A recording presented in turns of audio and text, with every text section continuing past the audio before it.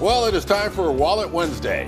Having healthy money habits is the foundation of financial success, and experts say learning those habits should start in childhood. It's never too early to teach your kiddos about the important concepts like savings or how credit works. So joining us live with some tips on how parents can approach that money talk is Josh Frankel with Ferguson Wellman Capital Management, who's also a father of 3. Good morning. Thanks for joining us.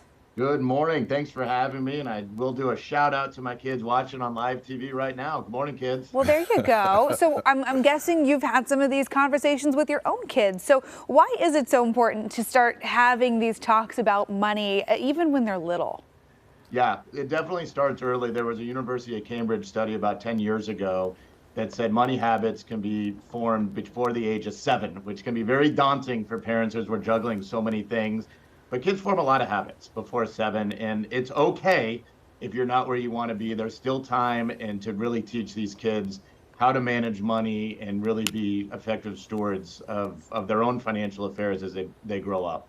With kids that young, what can parents do to teach their kids good money habits at that young age?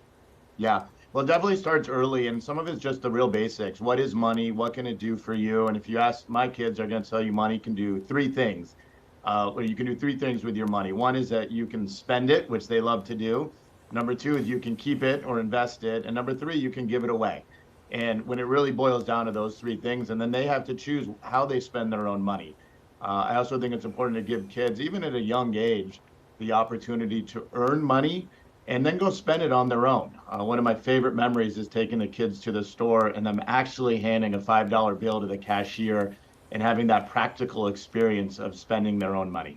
Yeah, and start to, form some of those core practices and start feeling comfortable with money. It's interesting. I think people tend to say that, oh, I'm a saver or a spender as like a personality type. There's actually a test that parents could do with their kids as kind of one of these teaching opportunities, the Marshmallow Test. So tell us about that.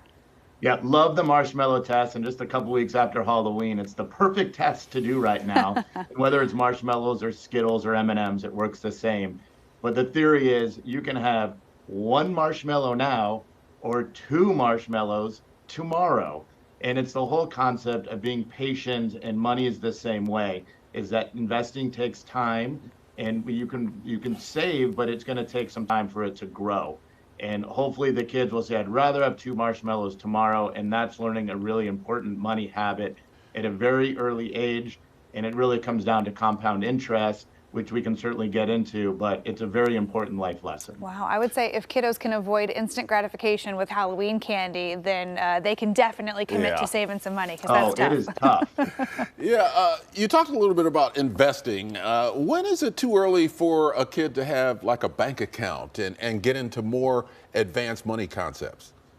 Yeah, I think probably by 5th, 6th grade, or you get into middle school, a bank account is going to make a lot of sense, especially with the interest the banks are paying now. It's a lot better than a few years ago. But your other option is just use a piggy bank. And for years we would give the kids a dime every couple of weeks at interest. So it was the bank of dad and mom that worked pretty well. But there's also a number of apps now available for parents and kids. I know some of our clients will use Greenlight for their kids, and that not only can track their spending, but you can give allowance on the app, and then you can see what they're buying online, which is a very important thing to do to monitor what our kids are doing. Yeah, it's interesting. There's so much digital these days. It's so very different from when we were all kids and would get, a 5 or a 10 after you mowed the lawn for your allowance. So do you think those digital tools are more helpful for kids this day and age? I think they're a blessing and a curse. Go to the store, you use your credit card or your phone to pay, and it seems like it's magic that you walk away with something. So I really think it's important that kids learn that money is cash, and that you have to give something to get something.